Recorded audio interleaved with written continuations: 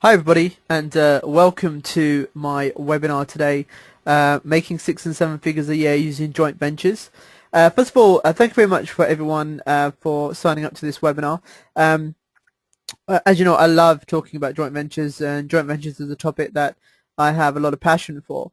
And I'm going to be covering some amazing things today in this webinar.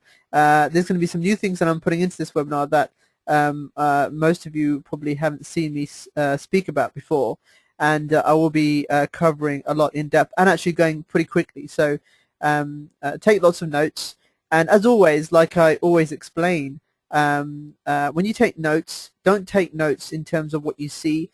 Take notes in terms of what you think about and what you understand and what ideas you have. Those are the most important notes to make. Now, before I begin, can I get just a yes from people that they can hear my voice clearly? A quick yes would be great. Okay, brilliant, excellent. Okay, good. All right, okay, excellent. There's quite a few of you on the webinar today, which tells me one thing, that you're all interested in making 6 and 7 figures a year using joint ventures, which is absolutely awesome. Just before we start, I'm going to just mention there's nothing to buy at the end of this webinar. There will be an opportunity for you to work with me on a one-to-one basis. But like I said, this is going to be one of those webinars where at the end we say, I've already got, the time is ticking away, and you've got to make a purchase right now. As always, I work with a very few select group of people, and as you know, most of my programs, most of my high-level programs, I tend to pick people specifically that I believe I can work with, and also at the same time, before we begin, what I'm going to be covering today is a lot of the content in this webinar is what I teach on my 10K and 20K JV joint venture brokering programs. So you're going to be getting some of the content from the programs that I do, the high-level programs that I do in Las Vegas, London, and Dubai. And I've actually got a couple of my students actually on this webinar today, which is fantastic. So let's begin. First of all, if you haven't heard of me before, I'll just give a brief introduction to myself. My name is Sahel Khan. Most of you who already know me, and some of those of you who don't, I'm one of the premier joint venture experts in the world, and just going to give you a brief background, a quick background to myself. First of all, if most of you heard of Jay Abraham, partnered with a guy called Mark Goldman, who was a joint venture broker over decades ago now, and he quoted me as a true rags to riches super success story, just like Andrew Carnegie. Jeff Mills, a respected internet marketer and a good friend of mine, gave me the name the Master Connector. I've achieved over $16 million using joint ventures, and today I'm going to take you through step by step exactly how I've done that. And these are things that you can copy as well, so please take as much notes as you can. Any ideas you have from the joint ventures that I'll be discussing, any case studies, just jot them down, because I'm going to be going through some really cool things today. I'm also an international speaker, charging $5,000 a keynote speech. Nowadays, I do a lot of platform speaking. I speak all over the world, especially in the US a lot. And it's quite crazy actually, because my speaking calendar just seems to get busier and busier, and I'll tell you in a minute why. I was also the first Brit ever to be invited to keynote speak about JVs at the Social Media Summit in the US, which was an honor, and it is an honor to speak in the US continuously on the subject of joint ventures as one of the key joint venture experts in the world. I'm also the author of an upcoming book called Guerrilla Marketing and Joint Ventures with J. Conrad Levinson. This for me has been a major achievement in my career, I must say. Teaming up with someone who I've looked up to for many years, and finally getting my first book published with someone like J. Conrad Levinson, which is truly an honor. I'm also the founder of mybrokeringbusiness.com. It's a brokering business program that I teach all around the world. teaching people how to set up their own independent joint venture brokering companies to do what I do, essentially. So that's enough about me. Here is what I'll be covering today. The real power of joint ventures, finding targeted joint venture partners, contacting joint venture partners, why clients need joint ventures, creating 6- and 7-figure joint ventures. I'll be going through a lot of case studies of myself and some of my students to show you how we achieve that. Using social media for joint ventures. Social media has been an absolute godsend for me and for my brokers and for anyone involved in joint ventures. The ability to reach out to people using social media has just been phenomenal. However, there is a certain way that that you must do this in order to get great success, and I'm actually going to share with you my system today, exactly how I do that. How I use things like LinkedIn, Facebook, for example, to reach out to basically anyone and make contact with them to do partnerships with them. Something I'll also be talking about today as well is networking with millionaires and billionaires. This is normally a separate presentation that I do at events. I normally have 2 speaking slots, but I'm going to be teaching you today how to use the networking skills that I've gained to network with influential key people of influence, millionaires, billionaires, gurus, whoever, and I'll show you the techniques in terms of how to do that and go out and do it. It's quite amazing. Okay, let's talk about what I believe first of all is the world's most powerful business strategy. A joint venture basically is an arrangement of mutual benefit between 2 or more people or businesses who have complementary resources. Now, what does that mean? Basically, the classic example I always give is, let's say, for example, you have a luxury bath suite manufacturer and a luxury bathroom tile manufacturer. Now, both of these companies sell totally separate products. Basically, they're not in competition with each other. However, they share the same customer base.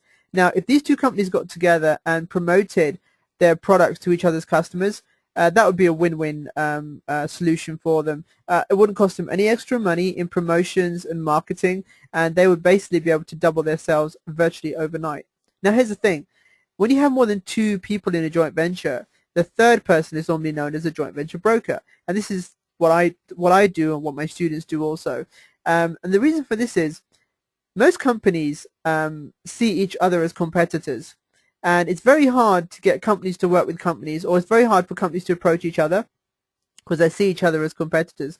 An independent person, like a joint venture broker, can actually help put companies together and work in the middle as a middleman, and put 2 companies together and also benefit from it as well. So this is why there is a big need, in the marketplace for people like ourselves and for people to be able to go out there and do these sort of joint ventures. Is that absolutely quite phenomenal. Okay, let's talk about a business's most valuable asset. Most of you out there running a business, let me ask you a question. What do you think is a business's most valuable asset? And what I'd like you to do right now is just put your questions into the chat box there. So your answers into the chat box. Give me some answers. What do you think are a business's most valuable asset? And I'd actually like to read them out while we're here. Okay, let's have a look. Right, someone says, well, okay, we're getting quite a lot here. Someone says employees. Someone says customer list. Someone says customer base. Anita says relationships and value. What else we got there? Michael says staff. Gary says it's customer base. Rita says customers. Kathleen says customers and owners experience. Ursula says customers. Okay. Now, here's the thing. A lot of people say the money is in the list. Well, a business's most valuable asset is actually the relationship. Okay, the relationship between a business owner and its customers is the most valuable asset that can be leveraged. And this is what we do as joint venture brokers, or as joint venture experts. We build relationships, and it's all about building relationships. And as a business owner, this is something that you need to concentrate on a lot when you're trying to build your business and go out and find joint venture partners. It's all about building relationships. This is a long-term thing. You've got to set your relationships up for long-term success rather than short-term gain. So here's the thing. When a business is sold, that asset is actually valued on a balance sheet. Okay, this is very, very important. You know, it's called goodwill, for example. Now here's the thing, here's some interesting stats. It costs 6 times as much to sell to a new buyer, right? We all know this. You know, most of us spending money on lead generation. It costs us money to go out there and do Facebook ads, Google PPC ads, do any sort of banner advertising, and generating new business and new leads actually costs money. So it costs 6 times as much to sell to a new buyer.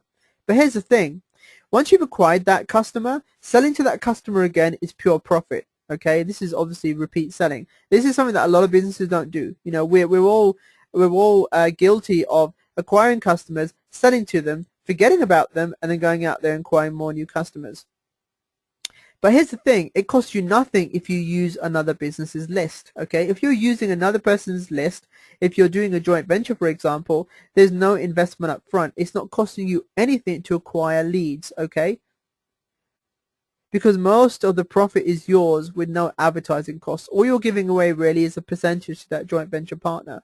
Now this is the most interesting thing about joint ventures, and I will share with you a couple of case studies in terms of how we built a very, very successful 8-figure business just doing joint ventures. Okay, let's look at the benefits of using joint ventures. Here's the thing. Using joint ventures allows you to compensate weak areas in your business without the nominal investment. Now, it's a catch-22. You know, I meet so many business owners, and I ask them, what are you doing to leverage growth, for example? And most of them say, one thing, we have a lack of cash flow, lack of funding. We can't afford consulting. We can't afford to take on people to help us grow the business, and we don't have the right facilities. Now, here's the thing. If you look around and build partnerships with other companies, there are companies out there who have access to resources. Things like a call center, for example. If you're looking to ramp up growth in your business and you don't have access to salespeople or a call center, you can team up with another business who has an underperforming call center, for example, who can allow you to actually use their call center for free and just give you, and you give them a percentage of the profits they make for you using that call center. Okay, so this is another way to use joint ventures. Joint ventures, don't always think that joint ventures are just swapping lists. No, it goes way ahead of that. You've got to be more creative. This is what I love doing. I love doing joint ventures. Joint ventures, you can be so creative. You can actually acquire control of assets. Okay, this is what I do, and this is what I encourage a lot of my brokers to do. Go out there and find assets that we can acquire the rights to and access to, and then just leverage those assets. Also, joint ventures allow you to take advantage of unlimited complementary skills and resources. Again, once you've done one joint venture and it's worked, you have what is more or less a cookie cutter, more or less a strategy that can be re-implemented again and again, unlimited times. Okay, so it's pretty phenomenal. It also allows you to boost your lead, client generation, and profits very quickly. I used to run a very successful online corporate training company, and we generated a lot of our leads for free, basically by doing this. We had a 12-module online training program. We used to sell each individual module for, let's say, $500. We would approach big companies who had lists of customers that we were targeting and say, look, we'd like to give your customers a free module worth $500, and in return, what we will do for you is, if you give that out to your customers and they register for it, our call center will call them straight after they've gone through the module, and basically, if they're interested, they will upsell them to the full couple of $1,000 program, and from that we'll give you a percentage. It was phenomenal. We had too many leads, put it that way. We had a 25 man call center, and we had more leads than we could handle. So it's pretty phenomenal. It also allows you great branding potential for free. Now, how do I know this? 2 years ago, I was virtually unknown in the marketplace anywhere. In the space of 2 years, I've become probably the top 2, second, third joint venture expert in the world. And how did I achieve that? By partnering with other people who are well known in the marketplace, by finding the key people of influence who influence a particular industry or marketplace and partnered with them. Okay, and that increased my branding. That increased my sphere of influence. So joint ventures are absolutely cool. You can get great branding potential for free just by partnering with the right people.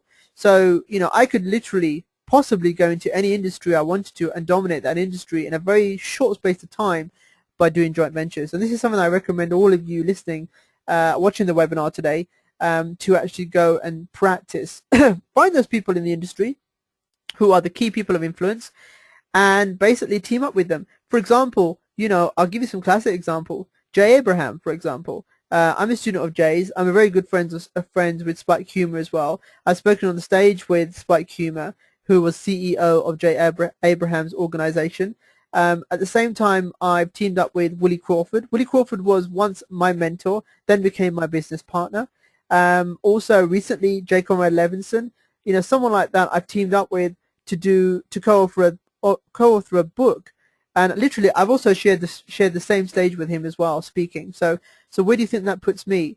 So joint ventures and partnering is very, very important strategy in your business. Okay, and it's something that you really, really have to master. If you want to become successful very quickly in a short space of time. Okay. Also, the classic one, it allows you to make money out of thin air. This is something that they always say, like, joint ventures allow you to make money out of thin air. And I'm going to prove this to you, and I'm going to show you how this is possible as well. So let's look at the benefits of being a joint venture broker, something that I do and something that I teach a lot of my students. As a JV broker, I make lots of money by simply being a middleman or a middle person. Okay, it's pretty cool. It's one of the most coolest things that I've ever done, and I enjoy this more than running a 8-figure business with 25, 30, 40 staff. Okay, it just gives me so much flexibility and freedom to travel the world, meet amazing people, and do partnerships. Now here's the thing, you don't need to spend years building your customer list or even creating your own products, okay, if you get involved in doing joint ventures. It's pretty cool. You don't even need to keep track of sales, chase people for money owed, or fulfill product orders. Okay, your partners all do that. We are just putting people together, and we're taking a commission. Nowadays, I charge a retainer up front. When I first started, I used to do joint ventures for nothing up front and just take a commission. Nowadays, I charge between $20,000 and $30,000 up front as a retainer, and then anywhere between 15 to 20% of gross sales. Nowadays, most of my work is with corporate companies, and I only work with only between 4 and 5 clients a year. Most of these clients bring me in between 6 and 7 figures. So it gives you the complete flexibility to be able to work with those sort of clients that you want to when you become a joint venture expert. Also, all you do is you just step in, you leverage other people's resources and make huge profits by just bringing people together.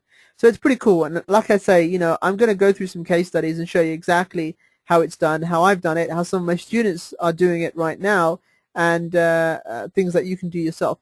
Here's the thing, guys. What I'm going to be teaching on this webinar today is most of you can actually go out and do it. Okay, so you don't have to sign up to any of my programs, or you don't have to get involved. Most of you can actually go out and do this.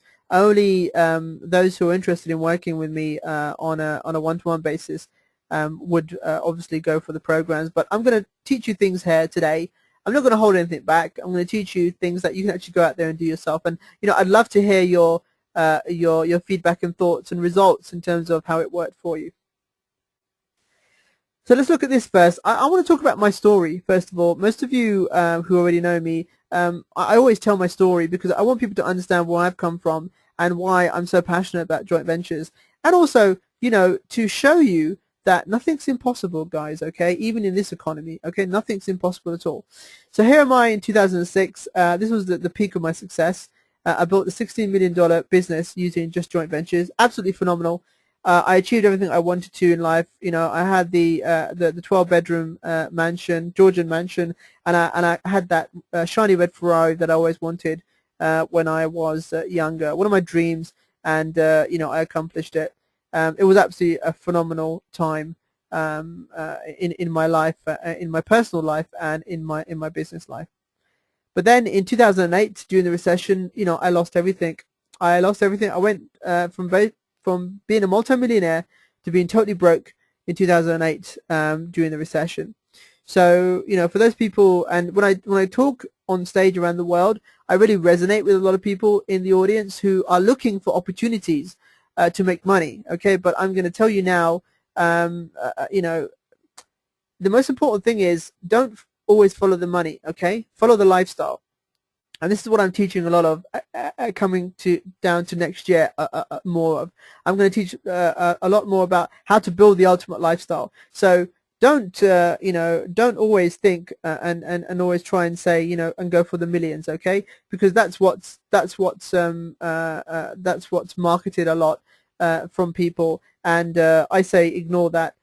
Build the lifestyle you want, okay? Because you don't have to have millions in the bank to have the ultimate lifestyle. Okay, I learned that, you know, from losing everything to being where I am today. I'm successful today. I'm basically on my way back, but I choose not to be that wealthy, to be honest with you. I am happy with my life, my lifestyle, and you know, that's what I focus more on. So that's just me personally. So, you know, just don't stay yourself too much to you know, to the big, you know, the $1 million or the millions.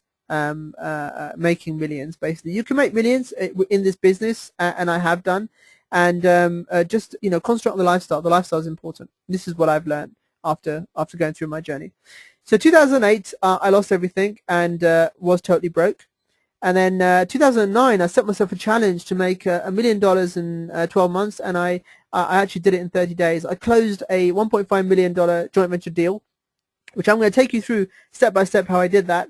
And I really encourage you guys, go out and try it. I really want you to go out there and copy some of these case studies and some of these steps, okay, that I'm talking about, because they do work, okay? They do work.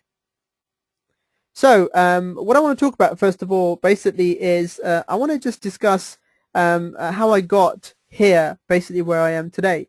And I'm just want to start off by saying that I originally trained as an accountant, and while spending time at a top accountancy firm, I realized that it really wasn't for me. You know, most of the times I was there, I spent a lot of time helping people and teaching people how to learn how to use computers and the internet. Now, 2006, 2007, this is when you know, the internet first came to light, and it was something that was really, really interesting for me. And you know, my supervisor mentioned to me that, Sahel, you know, you're really, really good at using computers and the internet. Maybe you should do something in IT, information technology. So, you know, I left my my job at the accountancy firm and went to do a master's in information technology and international business. And for me, it was something that I was really, really interested in. Okay, to do. So while studying, I wrote a thesis on the impact of the internet on the manufacturing industry, because people were talking about this new thing called the internet and how much of a shift it would have on the manufacturing industry. So I wrote a thesis, done a lot of research about the internet, and little known to me, my professor actually posted my thesis online through bulletin boards. And I started getting phone calls and emails from companies, corporate companies, venture capital firms, .com companies, asking me about this thing called the internet, and could I come in and speak to them about how they can use the internet in their business to make money. So straight out of university, I was you know, sitting on the board with and consulting with a lot of directors of big companies. Venture capital firms, .coms, corporate companies. And one of my first clients was a company called QVC.com. And this was 1998, 1999. And in 98, Google was launched. And what we were doing primarily was, as a showcase, I designed a one-page website with a shopping cart built on. And I was selling computer training courses via PDF. They were in a zip file. People could go to the site, pick which courses they wanted, or a bundle a package, download the zip file, and they would pay for it before they downloaded it. So it was a true online e-commerce business, and it was amazing. You know, we set it up, and in no time we got ranked first page of Google. Google launched in around about 98, and we started getting orders every day, you know, and it was like, wow, okay, this is pretty cool. But we left it because, you know, we used to go to companies and show them a case study that, you know, we know how e-commerce works and we know how to make money online. Now, bear in mind, this was early in the stage of the internet when not many people were doing what we were doing. So we had the market share. So end of '99, we had a great run, and then came the year 2000. And in 2000, two things happened. One thing, the internet bubble burst, and we lost a lot of our clients. We lost a huge majority of clients. A lot of the dot-coms closed their doors. Funding was not available anymore. And, we were getting paid between 30, 40, 50,000 dollars for consulting contracts. Companies weren't spending that anymore. Plus we had Y2K. So now internet consultants like us had a bad name, because obviously we were blamed for Y2K, right? And we sat down and we thought to ourselves, beginning of 2000, okay, the consulting thing's not going to work moving forward. What else do we need to do? So we looked at this small computer training online website we had, and it was actually making us between $7,000 and $8,000 a month, like clockwork. We thought, you know what, why don't we concentrate on this business? It was profitable from day one. We're making good money with it, and let's try and grow it. So in the beginning of 2000, I came across a book, and you guys definitely want to write this down. It's a book by J. Abraham called Getting Everything You Can Out of All You've Got. Amazing book, and I take it with me wherever I travel. Even when I speak, I show it to people on stage. That book turned my whole marketing mind around. And in the book, Jay talks about strategic alliances and joint ventures. How you can approach any business and get them to sell and promote your product for free without paying any money up front. And I was like, wow, you can actually do that. Other people will actually promote my products for free. We obviously have to give them a commission at the end, but we don't have to lay out any money up front. So I decided to take action and try this out for myself. And remember this, guys, beginning of 2000, it's like where we are right now with the economy. There was a downturn in the economy. And let me tell you one thing, in this economy right now, when there's a downturn, there's more opportunities. There's so much opportunities right now for you to go out and do joint ventures. Oh, someone's just asked me again about the book, name of the book. It's called Getting Everything You Can Out of All You've Got. But just type in J. Abraham into Google and you'll find it. So I decided to go out and I decided to go big. I contacted the largest IT recruitment agency in Europe. And this is what I said to them. Okay, so you might want to take a note of this. I said to them, basically, if I could create an additional revenue profit stream for you without increasing your overheads, would you be interested? Okay, and I still use that same phrase. And guess what? They contacted me and said, you know what, we are definitely interested. And I got invited over to their offices in Regent Street in London, their head office, and there was like 3 or 4 people in the room. And they sat me down. They asked me the first question, okay, Sahel, so tell me, how are you going to increase our revenue and profit streams by without increasing our overheads? How would you do that? So I explained to them that it's basically called a joint venture. And what I said to them was, I said, look, here's the thing. How many people do you have on your database? And they said, we have 150,000 IT professionals. And I said, okay, do you promote anything to them at all? They said, well, we send out a newsletter every fortnight promoting the latest jobs. I said, well, right now, the way the IT economy is, no one's recruiting. So, I've got an idea. If you endorsed my computer courses to your list of IT professionals, and if I supplied you with an affiliate link, if I did all the tracking for you, we collected the payments, and we could give you regular reports, and then send you a check every month for a percentage, would you be interested? And they said yes. So it was actually quite phenomenal. That was the first joint venture that I ever did with that business, with this IT recruitment agency, and it was phenomenal. In our first year with our little computer training website, we did about close to $80,000 in our first year. That was without touching the website. In our second year, with just one joint venture, our turnover shot up from $80,000 to $300,000.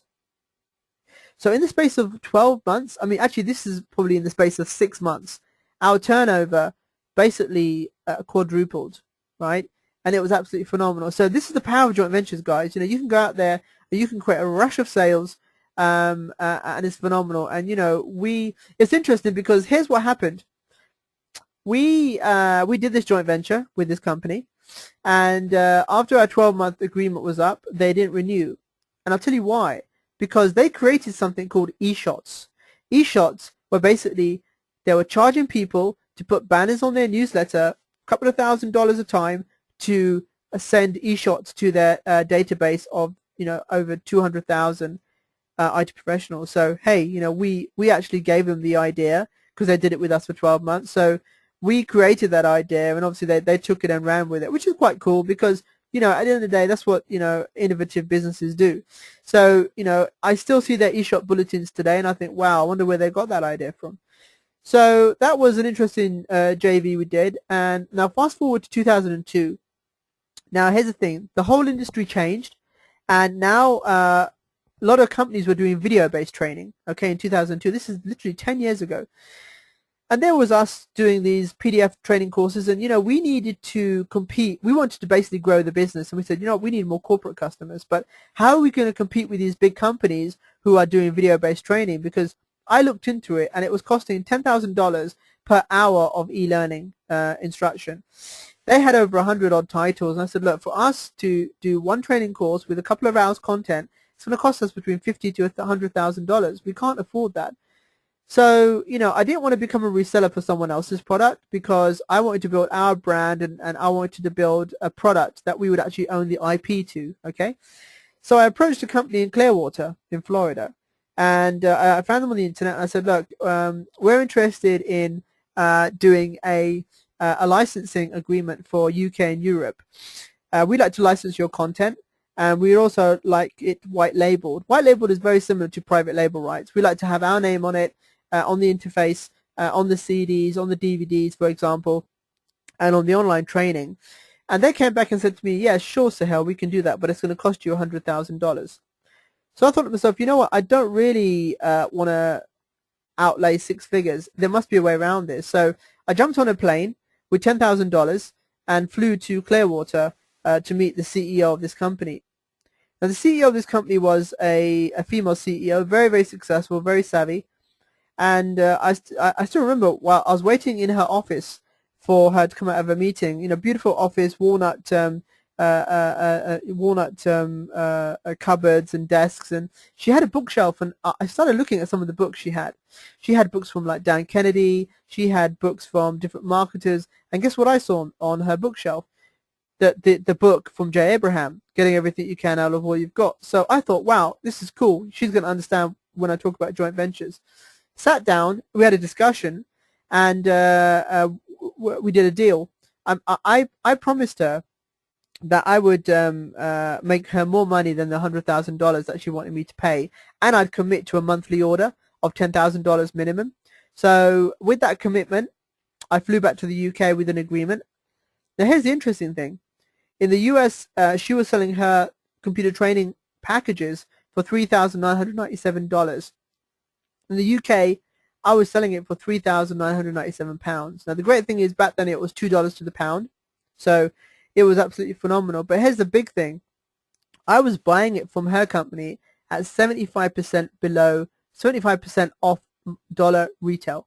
So I was getting it at 75% off $3,997, but selling it at £3,997. The margins were absolutely phenomenal. The profit in that for us was absolutely awesome. So we created a business that was so profitable and so cash flow rich, it was unbelievable. And now guess what? We had over 150 titles, all branded in our own name. It just cost me $10,000, but that $10,000 investment, guys, made me just over a couple of $1 million. The company was now a 7-figure business, and now we can compete with the big corporates, and all it cost me was a $10,000 commitment. So that's another example of how you can use licensing.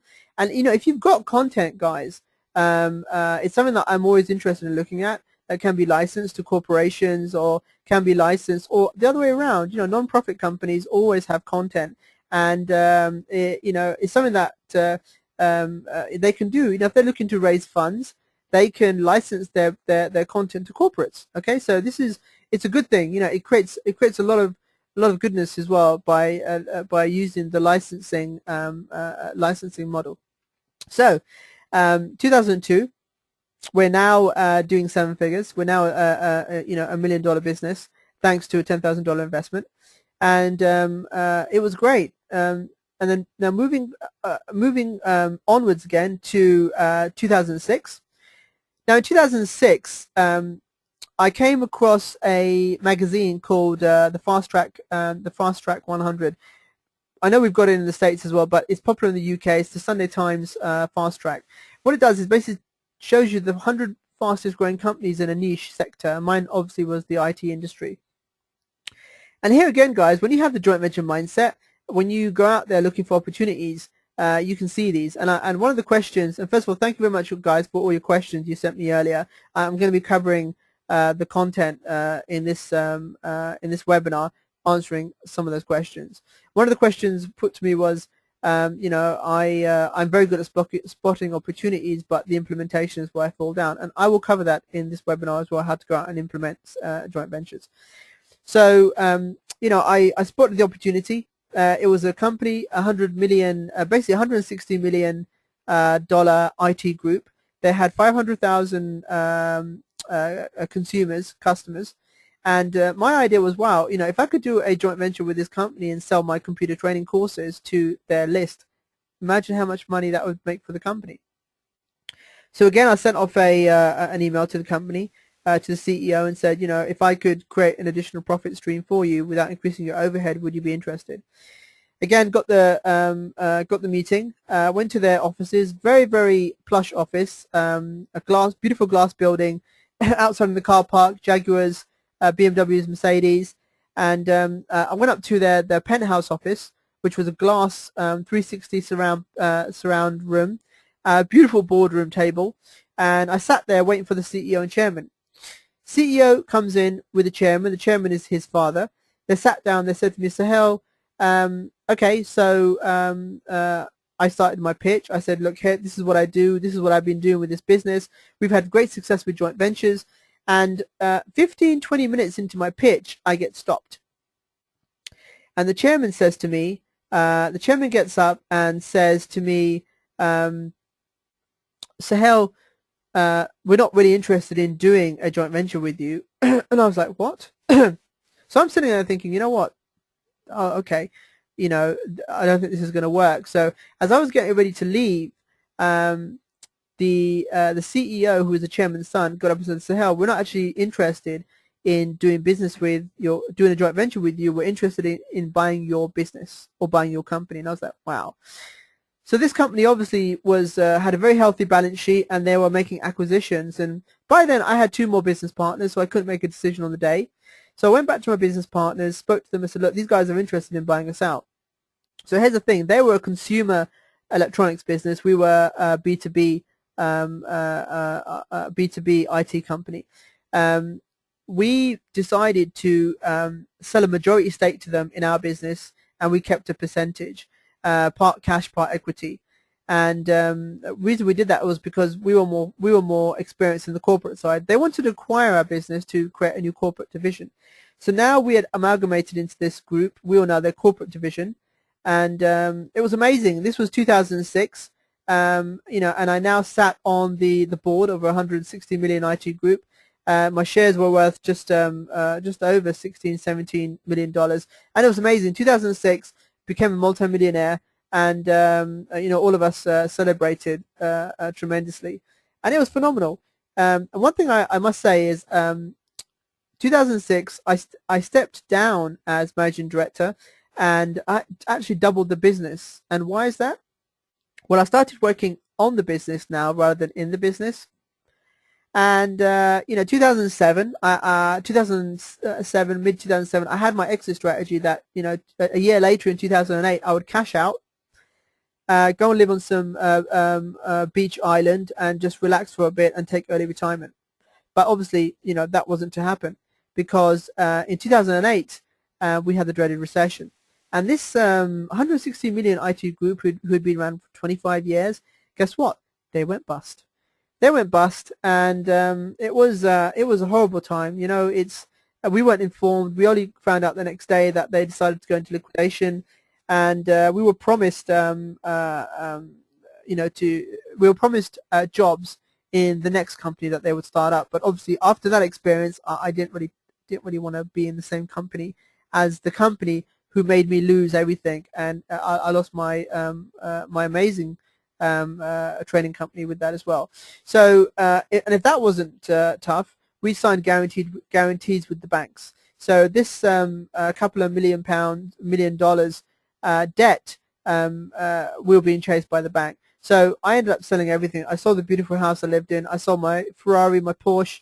I liquidated my assets, and I was totally broke, you know. And for me, it was an amazing. Actually, it was an awful time.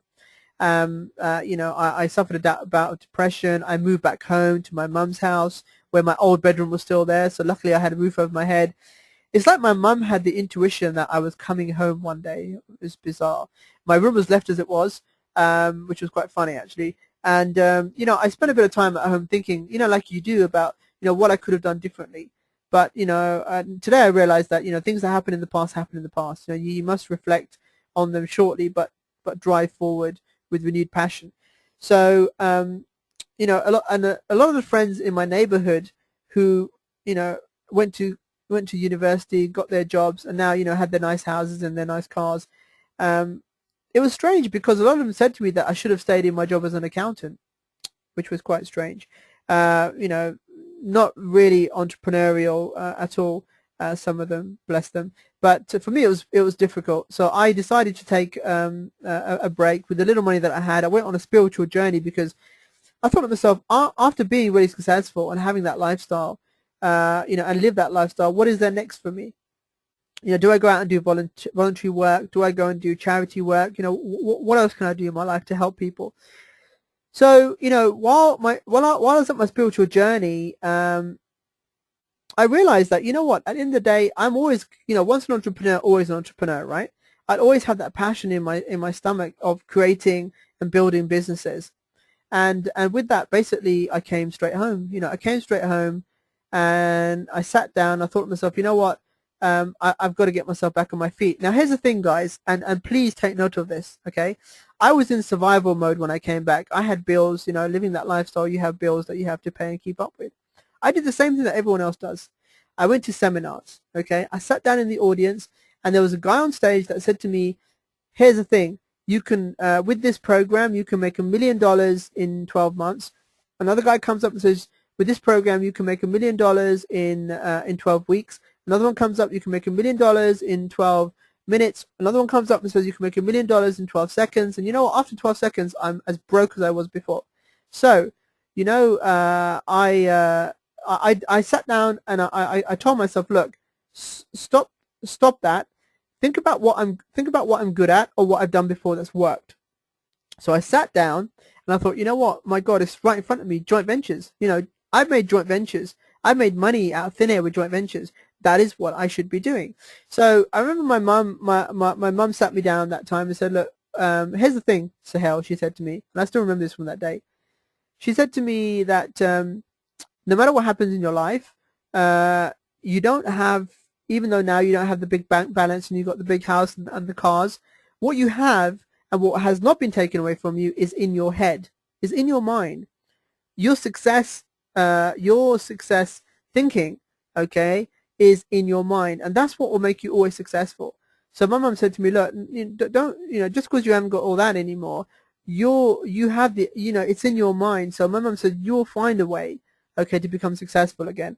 And you know, and I did, and I sat down, I said to myself, you know what, I'm going to set myself a challenge to make $1 million in 12 months and doing joint ventures. So that was in 2009, and I said, you know what, I'm going to do like 5 or 6 joint ventures and I'm going to make $1 million. It was just a target that I hit for myself personally. I said, you know what, I'm going to set myself a challenge, because here's the thing, guys, when you're at the bottom on the ground and there's only one way to go, and that's up, right? So I thought to myself, I can't go down any more further than I've been. I have to go up, right? So with that, basically, you know, I set myself a challenge to make $1 million in 12 months. But here's the thing, I actually did it in 30 days. And what I'm going to share with you guys right now is exactly how I did it. I'm going to take you step by step how you can do it and replicate it, the same thing, because guys, the deals are out there. This is just one deal that I've done. And you know, another deal that I'm working on which is similar, which I'll show you that one as well, but this is something that you can easily do. So here's the thing, again, as fate would have it, I was reading a copy of something called the Mail on Sunday, and I still read these newspapers when I go to the library, just really interested in, with their direct mail ads. And they had a one-page ad for a book called How to Use Your PC in 2 Hours, and I think they still advertise it now and again.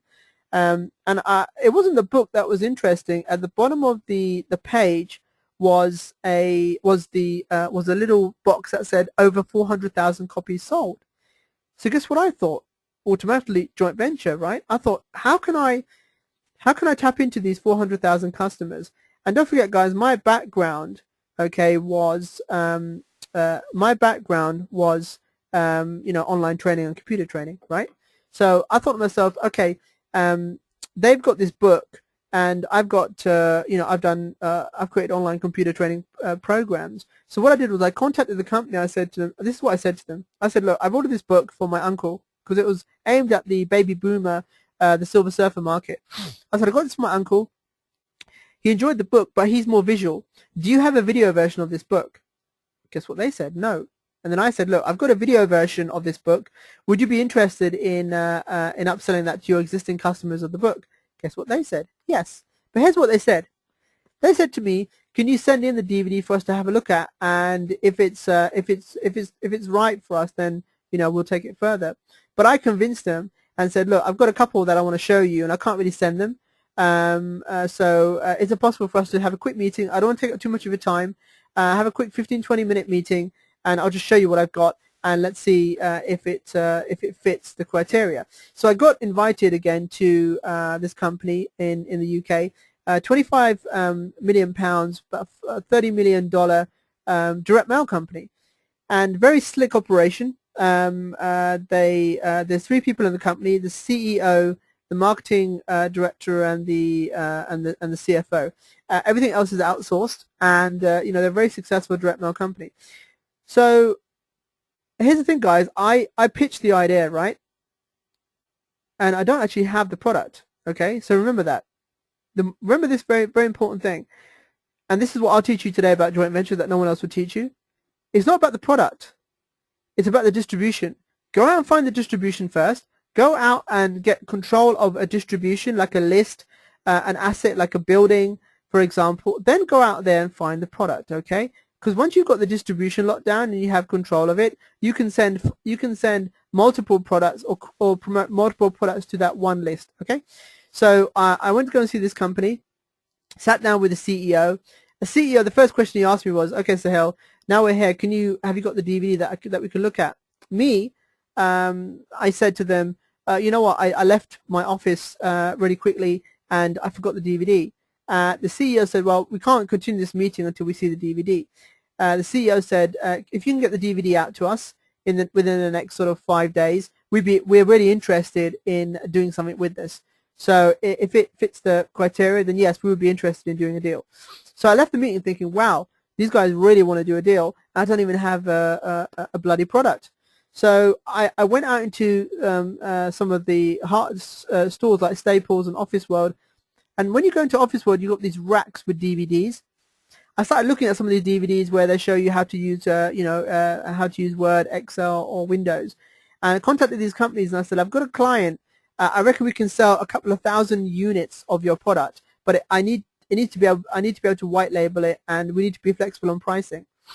Well, they came back and said to me, well, we can give you 30% as a reseller. And I said, look, I'm not interested in being a reseller. I want to do a JV here. So after 2 days, I gave up and said, you know what? I wasted my time here. This is not really working for me. So I went onto a website called elance.com, www.elance.com. And it's a really cool website to find freelance people. So I went to elance.com and I put a project up there on elance.com and I said, here's the thing, I've got this book, it needs to be created into a DVD, here's the contents of the book, can someone create a DVD for me? So people started bidding on the project, and I chose the middle one. I got some examples of his work. I ended up paying $500 for a DVD which was basically a Camtasia training course, and I own the rights to it. I own the IP to it as well. So I got the DVD, and then I actually sent the DVD across to the company, and guess what? They loved it. I went to go and meet the CEO, and the CEO said, wow, this course is phenomenal. It's just like the book, but it's a video course. But obviously they don't know what Camtasia is. We know Camtasia is very, very simple piece of marketing software that takes screenshots. They loved the DVD, and the CEO said to me, what other titles have you got? And I said, look, what other titles do you want? And he started making a list of titles, and I said, look, slow down. Let's get this one out first to your existing customers. If they like it, then we can create some more titles. So we sat down and we started negotiating on my commission. Now they are very similar to QVC. They work on a points basis, which means they give you a percentage. So I said, you know what, I don't really want to do that. I said, here's the thing, what do you want to sell the DVD at? And they said, we want to sell it between $25 and $30 for the DVD. I said, okay, hey, let's do this. Give me $7.50 for each one you sell. But here's the thing, I'll give you a license and the DVD. You duplicate it, you print it, package it, send it out. I don't want to do any of that, and I'll just take $7.50. I won't take 50%. I won't take whatever. I'll take $7.50. So we shook on that, and a deal was done. And I asked him basically that out of the 400,000 customers, how many of them do you think we can upsell to the DVD? And he said, well, I reckon about within the next 12 to 18 months, 50% of them should buy the DVD. So that's 200,000 customers times $7.50 is 1.5 million. So I sat there filling in my agreement. It was a 1.5 million joint venture deal. And the CEO sat there and said, Sahel, if this works really well, I'd like to roll this out to the rest of my customer base. And I said, okay, how big is your customer base? 4.2 million customers. So this direct mail company had 4.2 million customers. It's actually a catalog company. And I rushed straight away, changed the agreement, and in it put that I have access to 4.2 million customers. So I now work with this company, and I'm basically their joint venture manager, and I screen offers that we bring in from the US into the UK to be sold via direct mail. So so it's an interesting company to work for. But let me take you through exactly the results we got from that, and step by step, so you can copy this. Okay, so here we go. So let's look at the $1 million joint venture in 30 days. So I found a list of 400,000 buyers and contacted the company with a JV proposal without the product. Okay, so there's the book you can see there in the corner, and that's the actual book that the company promotes. I ended up using www.elance.com to create a complimentary product for just $500. I introduced and licensed the product to the list owner, making $7.50 per unit sold without handling any fulfillment. And over the space of 18 months, we did a total of 201,462 units, and I collected just over $1.5 million as my JV commission. Okay, so this is something that you can do working with a company that has a huge list. Like direct mail companies and catalog companies are perfect for this. So here's another one. This is the next $1 million joint venture. Okay, this is a book that I'm working on right now, and this is another author that's approached me, and this is a joint venture that I'm doing for them, and I'm going to do a similar thing that we did for the DVD, for example. And here are some of the results we hope to get from this. First of all, this is an Amazon bestseller, and the scrapbooking market is a $2 billion market. And basically, we created a back-end video membership site. Now, we should exceed about 400,000 plus units with this, because it's a bigger market. And my cut on that should be about $4. And we've got a back-end membership site, which is going to be roughly about $4 cut on that, with about 80,000 members from the 400,000 units that we should sell, and that's about $1.92 million. So that's another $1 million joint venture that you can go out and actually find, because there's a lot of authors who have books that we can create joint ventures for membership sites. Okay, so that's another amazing joint venture that I'm working on. Okay, so here's the thing, guys. You know, who's heard of Tim Ferriss? You know, even Tim Ferriss uses joint ventures. You know, his his book, The 4-Hour Work Week, he reached out to some of the largest blog sites on the internet to review and promote his book. Okay. And the 4-Hour Work Week became a #1 world bestseller through joint ventures. So, joint ventures we can use for different things altogether, not just the old, list swapping that people believe what it is. Okay. So let's have a look at online joint ventures. So I've given you an example of an offline joint venture. Here's how I made a 7-figure launch happen. And this is an example of an online joint venture. Now here's a good friend of mine. His name is Chris Farrell. Most of you might know him. Very successful internet marketer now after this launch. Chris Farrell approached me and said, Sahel, you're the connector guy. I want you to connect me with this guy. And this is another good friend of mine, Mike Phil-Same. And I connected Chris Farrell with Mike Phil-Same, and they launched affiliate.com, which was a very successful online launch, doing just over $4 million. So that's a 7-figure launch that I was involved in, using my skills, and that's an example of a successful online joint venture. Okay, let's talk about super joint venture networking. Now, I want to cover quickly actually some really cool networking tips that I learned from my experiences of being friends with some of the biggest gurus basically on the planet. So here's a good friend of mine. Most of you might know him, Yannick Silver. I was like, I got invited as a VIP to Yannick Silver's Underground in Washington. And before I left, I put up on Facebook that, hey, look, guys, I'm going to be at Yannick's event. If you want me to help you make connections and do JVs, reach out to me while I'm there and I'll see how I can help you. So I flew into Washington, and before I even got into the arena, I was swamped outside with all these people coming up to me, showing me their book, DVD, their product, and said, look, Sahel, can you find someone for us to JV with, or can you find some partners for us? So there I am standing outside the hall, and on my right-hand side, I have all these people waiting to talk to me. Well, on my left-hand side, someone comes up to me and taps me on my left-hand side shoulder and says, my name is Nathan Jones. I'm the affiliate manager for Ryan Dice. He says to me, Sahel, I know you're very, very busy, but what are you doing later on for dinner? He goes, I'd like to buy you dinner. And I said, yeah, sure. And he goes, okay, I'll meet you downstairs in the restaurant at dinner time. Take care. Bye-bye.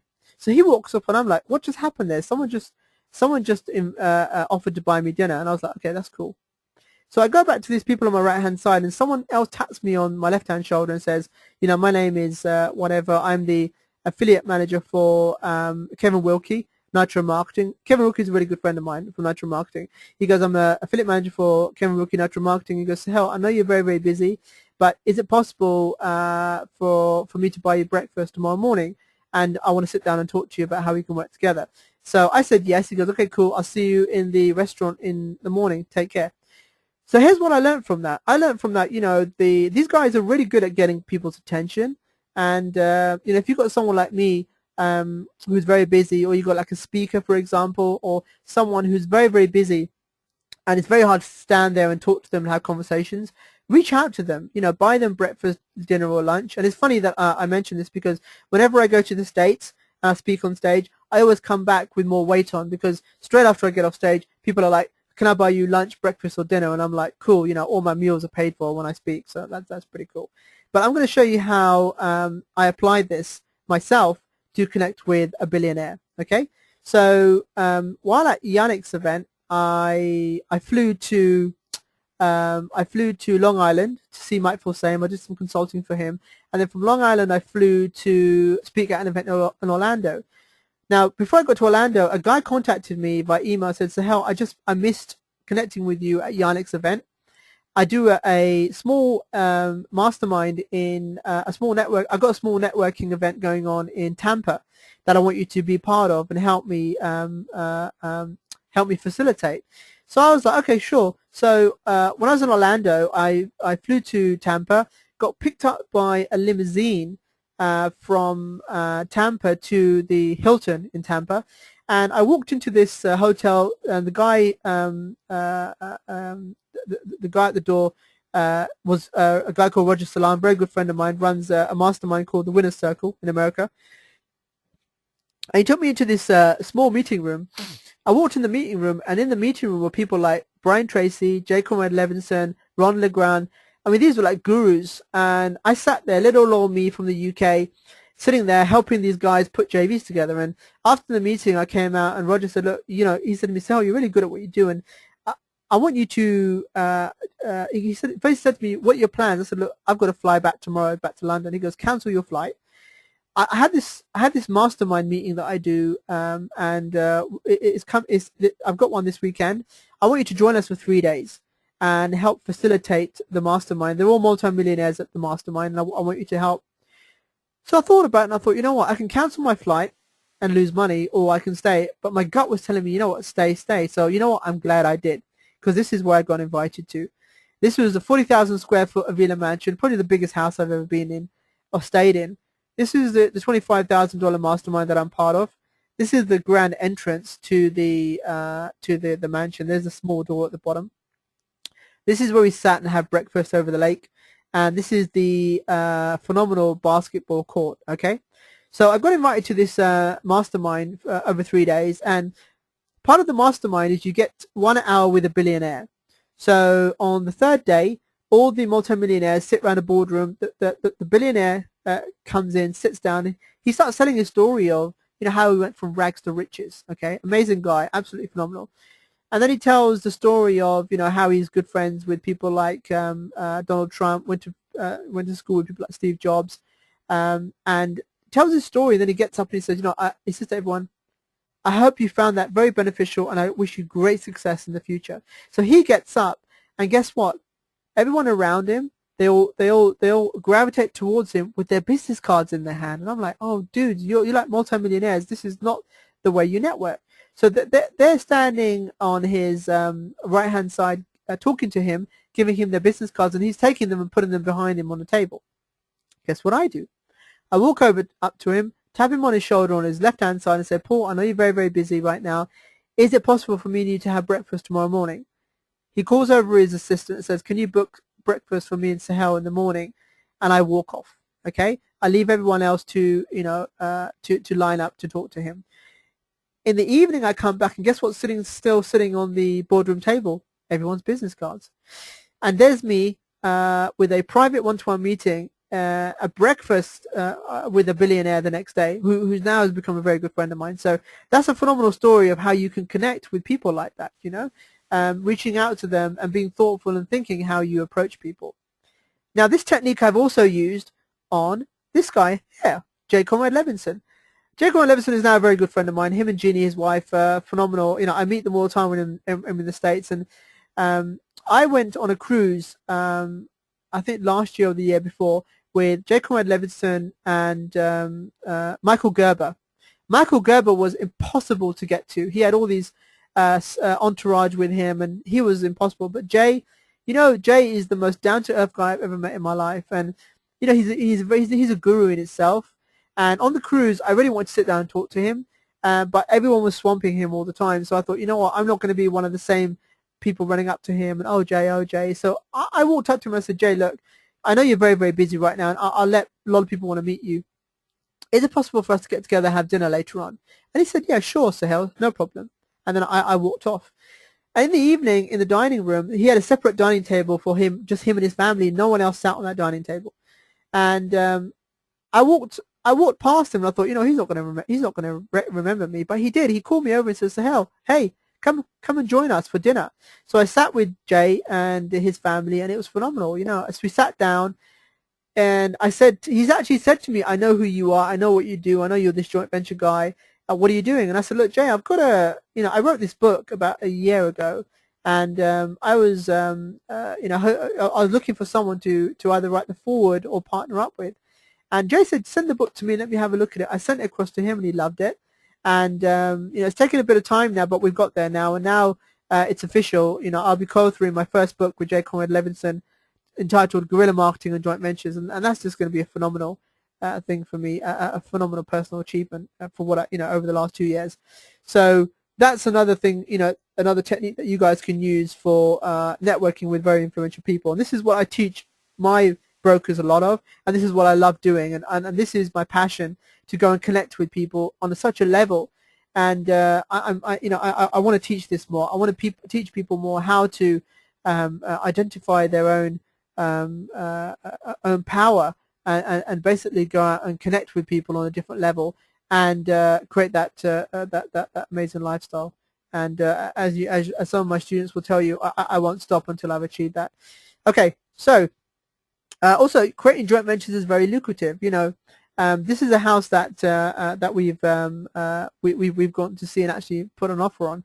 It's a bit of a it's been a bit of a bit of a long struggle because it's owned by a trust, and when property is owned by a trust, it's just harder to get anywhere. But we're pretty confident that we should secure it very soon. So this is a 10-bedroom, close to a 12,000 square foot house in Virginia Water, which we've set our heart on, and we actually put an offer on it. So fingers crossed, we'll see how that does. But see, that's, creating joint ventures is very lucrative. Once you pick up the right joint ventures and spot the right opportunities. But like I say, guys, you've got to keep taking action. You've got to keep plugging at it, and eventually, you'll find that that joint venture deal that will make you a lot of money, like I have done. I do it more than once or twice because it's something that I know and it comes second nature to me. Okay, let's look at the joint venture mindset. So here's the thing: to be successful at joint ventures, you need to have the right mindset.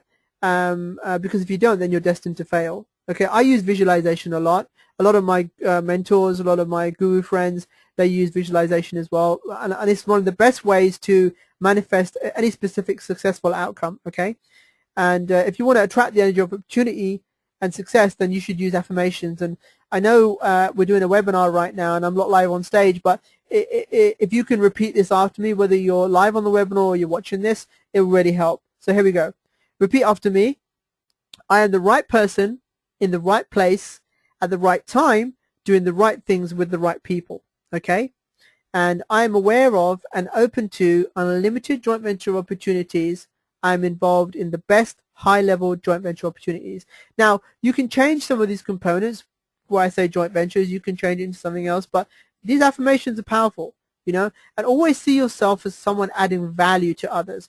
That is the secret of success. Okay, it's like Zig Ziglar had a quote that if you help more people become successful, or if you help more people become successful, you become successful yourself. So it's very, very important. That's the mindset we have. So let's get on to some training. Okay, first of all, finding potential joint venture partners. Now, again, this is some of the training that I teach in my 10K and 20K joint venture brokering business program. So you're getting basically the same content that I teach to my students. Okay, first of all, existing mailing list, customer list, or newsletter. This is one of the best ways to find potential joint venture partners. Why? Because customers have already done business with the list, the customer, or newsletter, and there's a trusted relationship that can be leveraged. Okay, so for me, this has always been one of the best. An existing mailing list, like a direct mail list, for example, of buyers. Okay, remember, it has to be buyers. It can't be necessarily prospects. So actually remember that. Okay. Someone's asked me to email them the quotes. Yes, I will do that. Definitely. I'll get you guys a copy of that. No problem at all. So here are two sites you guys might want to write down. One is highlightdms.co.uk. That's the site in the UK, run by a friend of mine, actually, a very good friend of mine. He controls all of the direct mail lists in the UK. Mike Chantry is his name. Very good friend of mine. And I have contacts into those lists as well. So I'll show you how to get into them yourselves, but you're welcome to contact me if you have any product of interest that myself or my brokers can actually look at, and I'll gladly help you on that. Mediafinder.com is another one. That's for US and Canada. There are a couple of other ones, and you will find them, but I'll just show you the techniques that I use to be able to get access to these lists. So here we have Highlight, mailing list broker in the UK. Now, if you do a search, for example, for, let's say, health, it comes up with this file here. This is a company that have 892,617 subscribers or customers. Okay, and the base price for that is £120, about $150 you have to spend per 1,000 names. Okay, and here's their website. Now here's the thing, guys. I'm going to teach you how to get access to people's lists like this without actually paying for them. Direct mail lists. Okay, would you like to know that? Who's going to give me a yes there? Excellent, excellent. Okay, yes, I will show you what I do and how I get access to these lists for free. I mean, we worked it out in my on my brokering business program. 892,000. Okay, 892,617 times 120 pounds. That is I don't know, is that 1 million or 10 million pounds? That's crazy. So I'll show you how to get access to that for basically free. You don't have to you don't have to pay for it at all. Okay, so where are we? Okay, right. Okay, so I'll show you that in a couple of slides, guys, how to do that. Okay, seminars and paid events. This is one of the best places to go to find potential joint venture partners, and I'll show you exactly what you must do.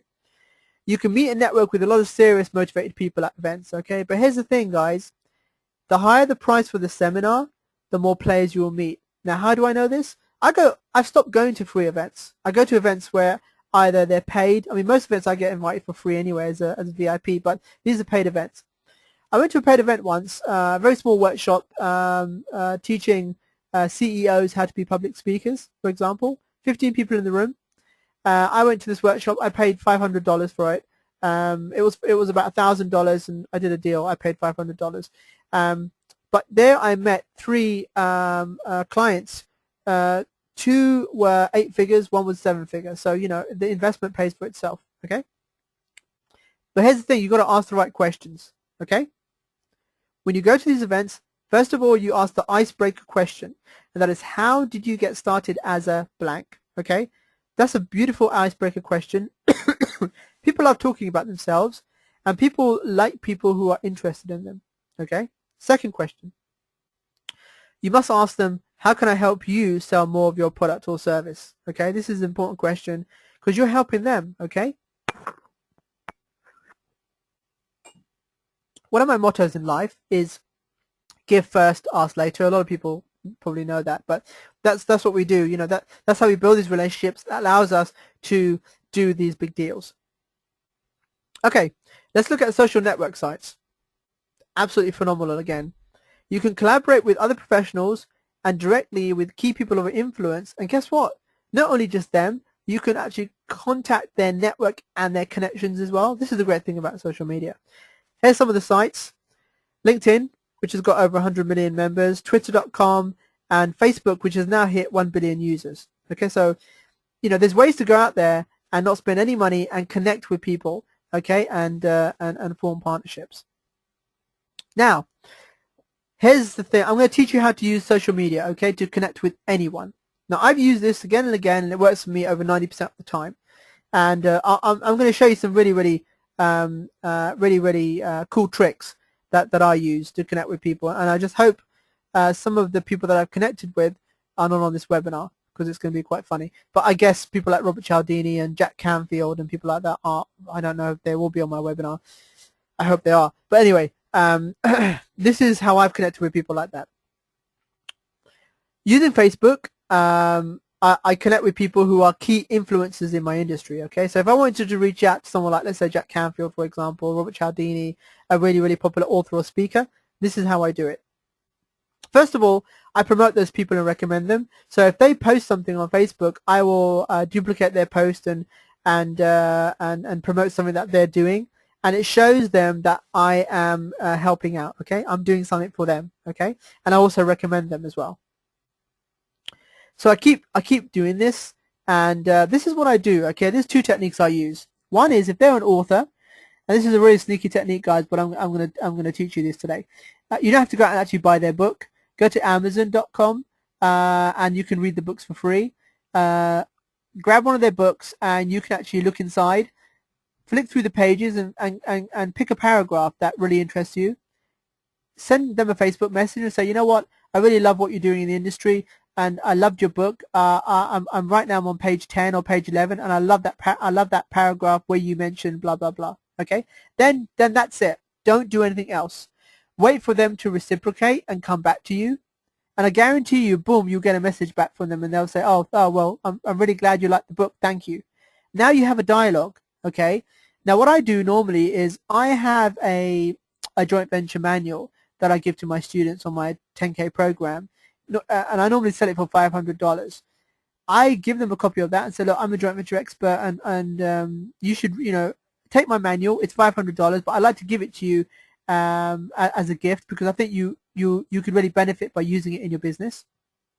In that manual, I have a lot of case studies of what I've done and stuff like that. And when they read it, they love it. They come back and you know what they say? They say, Sahel, that was, wow, I'm blown away. That was absolutely generous. And what do they say next? This is what they say most times. They say, thank you for that. What can I do for you? When someone says that to you, bang, that's it. You've got that relationship. You've got that dialogue now. And then what I do is I take them off Facebook and I put them onto Skype. And this is where most of my deals or most of my conversations happen, not on social media, okay, on Skype. And I connect with them. That's how I become good friends, and that's why I do deals.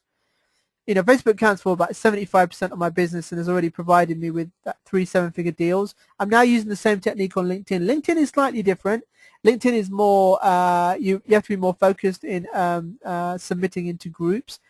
But saying that, I'm at a stage right now where my profile is so well known that if I reach out to anyone on Facebook and ask them to connect with me, most times than most, people will actually accept my connection because they've done their research, they'll go out and do their research, and there's loads of great stuff on the internet about me. Again, like I say, build your credibility. The quickest way to do that is via joint ventures and joint venture partners. So here's an example. Neil Asher was a guy that, when I first started, he was like a guy that I used to look up to. He was an internet marketing millionaire. I was like, wow, like you see these guys, you think, wow, but it's amazing. Today, all these people that I used to see on stage speak have all become good friends of mine. Isn't social media phenomenal? Absolutely phenomenal. And I've also spoken on stage with most of these guys as well. So Neil mentions here, thanks for your incredible generosity, Sahel. You're an inspiring man. Okay, this was because I gave him a copy of my manual. Same thing with this guy here. Great guy, Peter Thompson. I've always been a big fan of his and got to meet him a few times and sit down and work out how we can do business together. Okay, so let's look at finding potential joint venture partners using Google. Google is still a great method for finding potential joint venture partners. It's an amazing resource, and with a few tricks which I'm going to show you, you can narrow down your search results to find great opportunities. Okay, so here's some of the sites, google.co.uk and google.com. So here's what you should do first of all. Step 1. Write a list of keywords that most closely match your targeted market. Take each keyword and do the following search to find suitable JV partners. Okay, so for example, if you're in the personal development field and you're looking for personal development newsletters, personal development with the plus sign, newsletter, personal development plus forum, personal development plus blog. Okay, and this brings up tailored searches for those things you're looking for. Step 2. Now you've got a list of results. Visit the most relevant sites ranked, and also the PPC ads on the right hand side, because those are people who are spending money on marketing and advertising. They're always good people to contact for JVs. And then use the following tool to check their suitability and ranking of importance. Okay. Now, remember earlier I told you how to get access to direct mail lists for free? Well, here's what you do. When you've got the website, you go to whois.domaintools.com and you basically find who owns the site, who it's registered to. And most times at most, you'll be able to find contacts there that you can contact directly and actually do JVs with them, because the great thing is you're already armed with information. When you contact them, you say, look, I know you have a big list of 800,000. I know they're subscribers or buyers. I know they buy this product, but I have this product that your list may be interested in buying. So, if we can work out a way to do a joint venture, I'd love to talk more about it. Okay. This tool, whois.domaintools, will tell you their Alexa ranking, whether they're blacklisted, how long they've been around, their visitors and contact details. Okay, so you get a lot of information using whois.domaintools.com. Step 3. Now you should have plenty of potential JV partners ready to contact. You want to put them all on a checklist and rate them A, B, or C. Okay, A is ideal partners with largest lists or traffic. B is the second group of potential JV partners, and C, you let someone else contact them, because you concentrate on pile A and pile B. Okay, that's most important. Okay, so how do you contact them? So here's how you contact them, okay? First of all, via email or online. Email is basically easy and cheap. It's a great way to communicate with potential partners when you're already dealing with them. But the problem is most business owners usually receive a lot of emails and don't always read the proposals, okay? So you need to have a very strong headline that catches their attention. So email shouldn't be your only mode of contact, but here's what you do with emails, guys. Use a two-step approach. Don't give out all the information in the first email. Make sure you do your research on the JV partner, and in the email, write something about their blog, their website, something that they've done.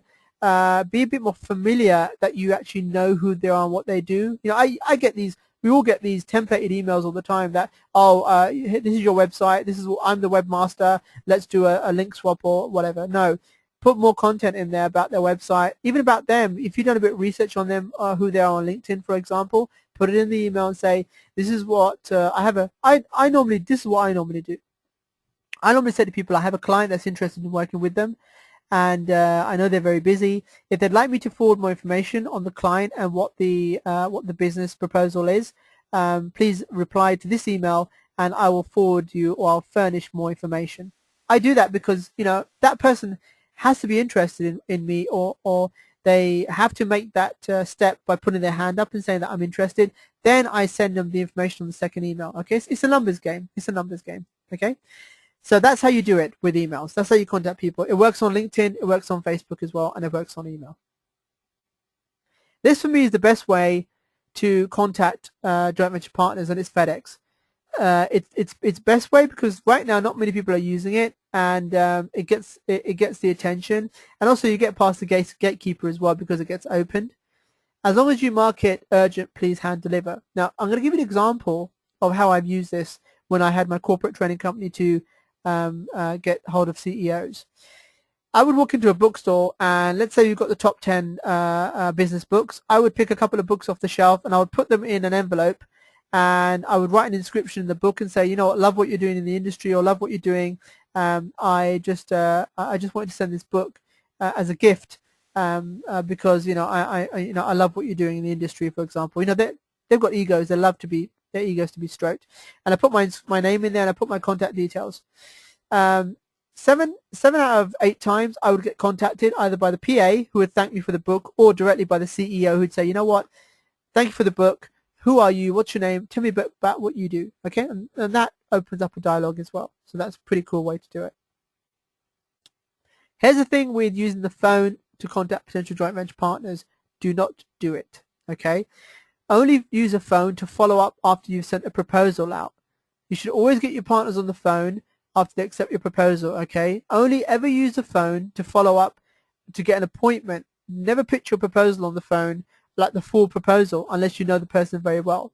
And here's the great thing, guys. When you build a relationship with someone, your email or your conversation becomes the proposal, okay? That's why relationships are important. You don't need to send these big proposals. When you build a relationship, your question is your proposal, and then it's much easier to close deals. Okay, so relationship building is the most important thing that you've got to master. Here's my view on agreements and joint venture contracts. First of all, NDAs. Some people like to use them as it legally stops other people ripping off trade secrets or IP, or even entire sales process. If you've got IP, for example, or you're got an entire sales process you don't want anyone to see, vice versa, then definitely yes, use an NDA. Joint venture contracts. I give agreements out to all my brokers. I mean, they cost thousands of dollars, but my brokers get them for free. Only start drafting an agreement once the deal has been solidified and you have a confirmation to go ahead. That's the last thing that you should create. Okay, that's not the first thing that you should focus on. Okay, let's look at some more joint venture case studies that are not mine. These are my students. I met Kim here on Mike Filsane's Marketers Cruise, and Kim basically, we had a brief conversation over dinner about what I do, because most of the time on the cruise, and I do this at events as well, I run around connecting people, and people are like, what is this guy doing? He's running around just connecting people, and that's what I do, because, you know, I like to give as much as I can value-wise, and people remember that after a while. They remember that I'm the person who connected them, for example, or, you know, he's the JV guy. So 2 weeks after the cruise, she contacted me and says, you know, she's working 2 or 3 jobs, to get into medical school, and she wants to do what I do. Okay, she wants to do joint ventures, and she wants to make money so she can fund medical school. So we had a strategy session, and I enrolled her on one of my JV coaching programs. And I also connected her with a few of my contacts. So she went through my JV coaching program. I actually gave her some contacts, which I do on my program. My Rolodex is open to all my students and people on my program. So here's what happened. 6 weeks later, she contacted me. She said, you know what, I've done my first JV deal. You know that product owner you gave me and that big list owner? I put them together, and this is what happened. The product was a $99 a month membership site, and in her first week, she did 262 sales, taking 20%. So she did $5,000 in her first week, and then that recurred every week after that. So she was up to doing $15,000, $20,000 a month with that one joint venture. But that's not all. Here's what happened. She was in Miami, and she works in some of she's got contacts in the nightclubs. So she was in a nightclub, and she was talking to people about, look, this is what I do. I'm a JV broker. She got approached by a drinks company MD, and he said, look, I'm trying to find suitable partners to get my high-end vodka drinks into some of these nightclub chains in Miami, and could you help get me into some of these places? She goes, yeah, sure, I can. I'll see what I can do. So she reached out to some of her contacts. We had a mentoring session, and this is what happened. She JV'd his drinks into the top nightclub chains in Miami, making $35 a case. Each order was a minimum 2,000 order case commitment. So she was making $70,000 minimum on that one JV. And this is the funny thing. You know, when she did that, she said to me, you know, why do I need to go to medical school when I can make more money being a JV broker? And I said, hey, no. Don't do that, because I don't want your mum and dad chasing me down the road saying my daughter was going to become a doctor and now she's a JV broker. Okay, so I said, stay in school, study, and do this whenever you need extra money. Okay. Right, JV case study number 2. This is a really cool one. This guy's done phenomenally well. Mark completed one of my JV coaching programs and was originally looking to do a small joint venture. After he had a strategy session with me, I said, look, just go all out. You've got nothing to lose. So he went out to do a big JV. He went through his own database and found a teddy bear manufacturer on his list. He then contacted one of the largest gift suppliers in the UK with a JV proposal. And it's funny because I said to him, dude, why would they want your teddy bears? But apparently there were niche teddy bears, like, you know, Jamaican Bob Marley teddy bears, okay, which is like a niche in itself. The gift supplier ordered 60,000 teddy bears for year one, and Mark picked up his fee of about $50,000-$60,000, okay, just for that one JV. So that's pretty phenomenal. JV case study 3. This is another friend of mine, Mark. He attended a seminar of mine quite a while back, and I spoke in London, and this is the only time I've ever seen someone do this in the audience. He listened to my JV strategies. He then approached a speaker. Actually, what happened was when I got off the stage, he came up to me and said, Sahel, watching you on stage, I just made £10,000. I was like, how do you do that? He's like, I'll tell you about it. So I had to track him down, and then I got him to talk to me, and this is what he did. After me, there was a social media speaker who was selling a £1,500 social media service package. Mark had a client who was interested in social media services, but Mark quoted him, I think, £15,000 for a package. Mark thought, you know what, if I get this £1,500 package from this social media speaker, I'll just resell that to my client who I was billing £15,000. So he asked her, you know what, he asked the speaker, did she have a reseller package? Then he got on the phone to one of his clients, pitched the client £10,000 for the same social media package, and made a sale actually over his phone. He got a purchase order. Absolutely phenomenal. And after speaking to him, he's now doing a JV actually with that same speaker to his client list. So phenomenal. £1,500 product, sold it for £10,000 via a JV with another speaker. JV case study 4. This is really cool. This is one of my students who purchased my JV Millionaire system. He had a strategy session with me, and he decided to do something very unique. This is the only guy, one of my students, who's done this. He approached one of the UK's biggest marketing experts with a JV proposal. Then what he did was he contacted me and said if I was willing for him to promote my JV Millionaire system to the experts list of 50,000 buyers. So he actually approached me to do a JV with me, which is quite cool. In the next 6 months, we should do over 900,000 in sales with that 50,000 buyers list, and Richard's going to make about £90,000, $120,000 for his 10% stake. JV case study 5, another one of my JV brokers, Gary. He enrolled on my JV broker program. After he had a strategy session with me, he decided to do a quick online JV deal. Most of my JVs that I teach my brokers are mostly offline JVs, but you can do online JVs as well. He approached one of the UK's biggest event organisers with a proposal. He then contacted me and asked me if I was willing to promote the event organizer's PLR product via a webinar to my Facebook list. So again, he approached me to market this product to my list via a webinar, exactly like a webinar that you guys are on today. And in 60 minutes, we had sales of around $5,000, and Gary picked up 25% as a JV broker commission. Okay, so a lot of people do webinar JVs, and there are a lot of well-known JV brokers out there who do this, and that's the sort of monies that you can make with some of these webinar JVs. This is a great JV case study. One of my best students, Mary Kay. Actually, Mary Kay enrolled on another program with a well-known JV guy. I won't mention his name on the webinar. She paid, I think, a couple of $1,000s for it and didn't get the results. So she approached me and I said, look, my program is face-to-face. It's a 3-day live training program, and I mentor you for 12 months weekly on a weekly coaching call. So she enrolled on my program in the States, and after she had a strategy session with me, I connected her with one of my clients who was a PPC pay-per-click management firm. She offered to help find them JV reseller partners to promote their high-end PPC management services. She then set up some deals with companies that had the same client base who would really be interested in PPC management service. So this was a phenomenal joint venture. We've actually just been approached by an SEO company who want us to do the same JV for them. And she's on track to make between $5,000 and $10,000 a month with just that one JV. So the other one we've got should help her and double that for her.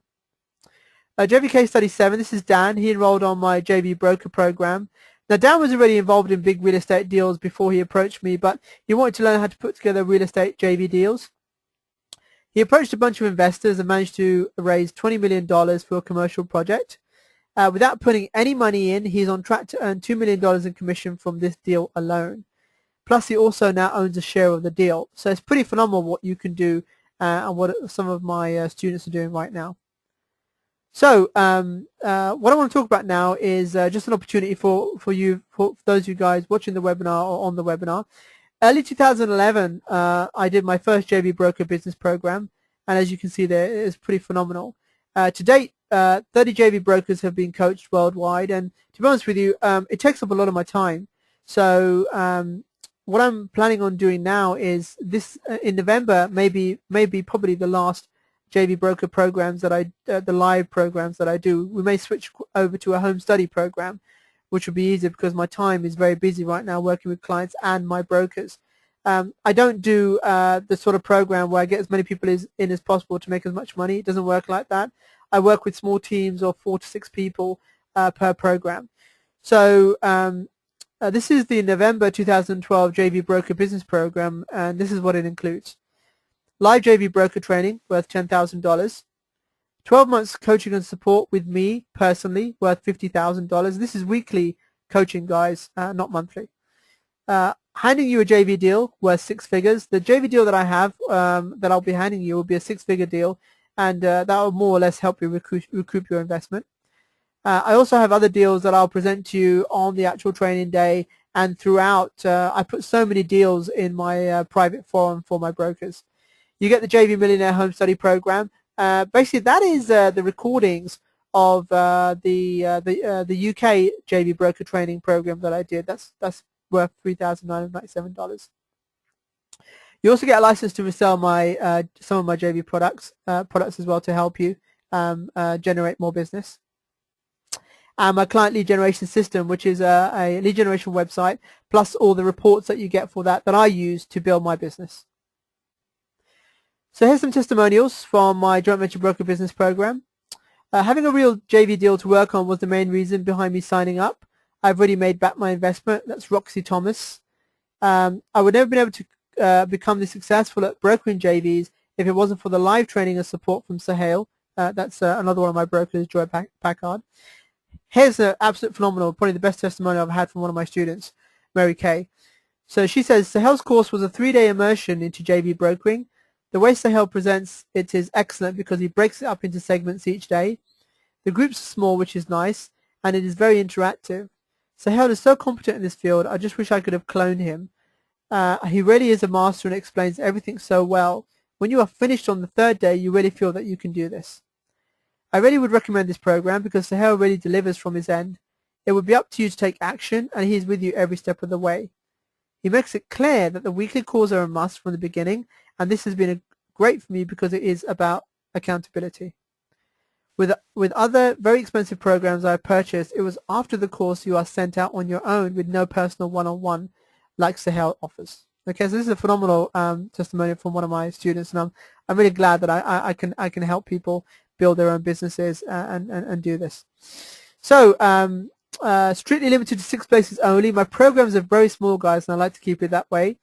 My next JV brokering business program are in Las Vegas, November 16th, 17th, and 18th. In London, the dates are November the 23rd, 24th, and 25th. And I've got one in Dubai as well, which is November the 30th to the 2nd of December. So these are the 3 programs I literally do. I pretty much do programs every quarter, but like I say, these will probably be the last live programs I do, and we'll be switching to a home study program next year because I've got some, after the book gets published, I'll be doing some really high-end programs like the $25,000 and $50,000 range. That's what I'll be focusing on a lot of next year, helping people grow their businesses. So let's look at this again. Total value of the package is about $200,000. But you pay just $9,997. So it's a $10,000 program. I also have a payment plan. You can pay 50% up front, attend the 3-day live training, get all the resources, get the 6-figure JV deal, and after that it's just 3 payments of actually that should be $1,997. And I guarantee you make it back with a JV deal that I'll provide you with, guaranteed. Okay, that's my guarantee for you for this program. So those are the dates: Las Vegas, November 16, 17, 18.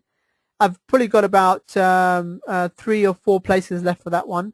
London is 23rd, 24th, 25th of November, and Dubai is November the 30th to the 2nd of December. Now, here's the thing, guys. Here's the next step. If you're interested in this program, like I said, the program's not for everyone, okay? I have to qualify you first. You won't be able to buy the program on this webinar. I have to speak to you on a one-to-one basis and see whether the program is right for you or not. I've had to turn people down in the past, even who had the money, because the program wasn't right for them, because I work very hard at getting results for you from this program, and I can only do that with people who I think fits the program fits for them, okay? So if you are serious, I want you right now to apply for a free strategy session. Go to www.mybrokeringbusiness.com. You can see all the testimonials from my students there, video testimonials. Scroll down on the site and fill in the form that's there for your free strategy session. I will get one of my assistants will get it booked in, and I will get on a call with you personally, and I'll go through the program, and I'll tell you whether the course is right for you or not. Okay. So to see if this, go to that website, apply for a free strategy session to see if this program is right for you, and it's by qualification only. So that's my webinar, guys. I hope you really enjoyed it. If you guys want to ask any more questions, I'm here for a few minutes. If you've got questions you want to ask about joint ventures, I'll happily answer them while I'm on the call. One thing I really enjoy is being fired with questions that I can answer. So if you've got any more questions, if you've got questions on the program, you can ask that on the Brokering Business Program, or if you've got questions about the webinar or about joint ventures, please ask them, and I'll try my best to answer them while we're here. And if you are interested, go over to mybrokeringbusiness.com. Just fill in the strategy session form, guys. You don't have to pay anything up front there. I'll get on a call with you, and we'll see if this program is right for you or not. This webinar is actually being recorded as well, so if you're watching this webinar on a replay, someone's asking me, when do I come to Europe? Here's the thing, guys. I've been asked to come to Australia. if you can get, well, I don't know about the program because we may be winding down this program, but if you can get a minimum of 6 people interested, I will gladly fly to wherever I have to do any sort of JV program. So I'd love to come to Australia. It's a place that I got invited to speak at. I've spoken in Asia, but I've always just been too busy on my schedule to fly to Australia. Okay, so let's have a look at. Thank you guys for your comments. I really appreciate it. But look, here's the thing, guys. Even though it may be inspiring to you and you've enjoyed it, please, please, please take action. Go out there and take action. And someone said you talk very fast. I couldn't take notes quick enough. That's okay, guys. You will have a copy of this webinar with the replay. So let's have a look at questions. Okay, Williams asked here, where can we acquire JV contracts from you? William, I get asked this question all the time. The only way you can get JV contracts from me is two ways. Okay, you either come to my $10,000 or $20,000 program, or talk to me about. I'm launching a home study program next year based on this program. It'll probably be about $3,000-4,000. Apply for a strategy session anyway if you can't make the live program and are interested in the home study program, and we'll talk about it there. And that's the only other way you can get hold of all my agreements, because I pay for those agreements and I have to pay to get those done for my brokers. Interested in your JV program if I find 6 people. Well, if you find 6 people, you can contact me on Facebook. It's facebook.com/thejvguy, and I'll welcome your feedback. Would you do a talk in Spain? I'm working right now actually with one of my JV brokers, JV brokers who's a really, really good friend of mine, and he actually has a luxury villa in Spain, and I'm looking to do a deal with him to acquire control of the villa for 12 months and create some high-level programs there, and give him share the profits with him. So yeah, I would be interested to do a talk in Spain. Thank you for that. You're welcome to send me an invite for that. Facebook.com/thejvguy. If not, then go to mybrokeringbusiness.com again, and my contact details are at the bottom of the page. Okay. Anyone else? Thanks for messaging.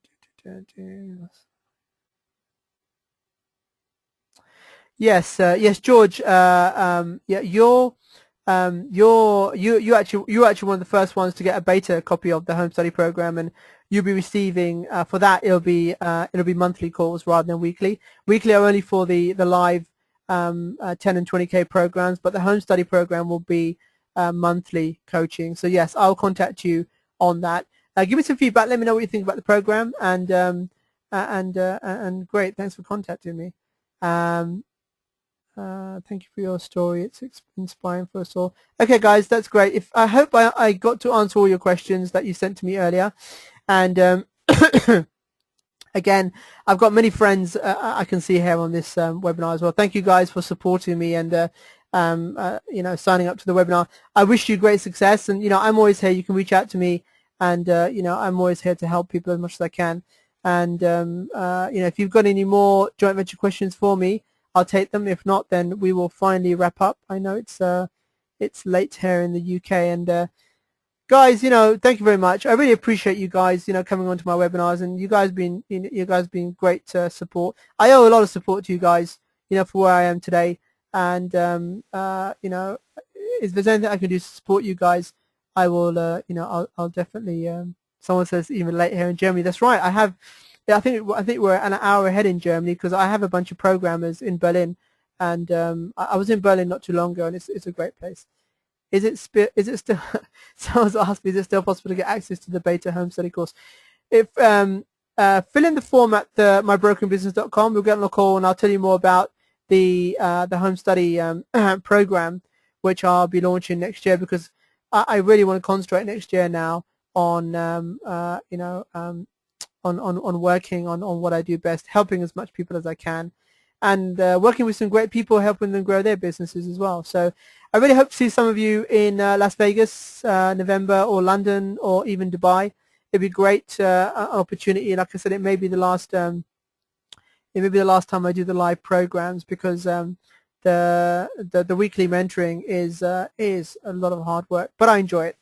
So great, guys. If we haven't got any more questions, then I just want to say thank you again, and thank you again for everyone staying on the webinar right to the end. It's phenomenal. One person's dropped off. I don't know where they've gone, but I think they had to leave early because they said they wanted a copy of the webinar. So guys, thank you very much for your support. I really appreciate it. If you can all, guys, put a comment on my Facebook wall as well. Let me know what you thought of the webinar. That'd be great. And have a lovely evening, afternoon, morning, wherever you are in the world. And God bless you. Take care.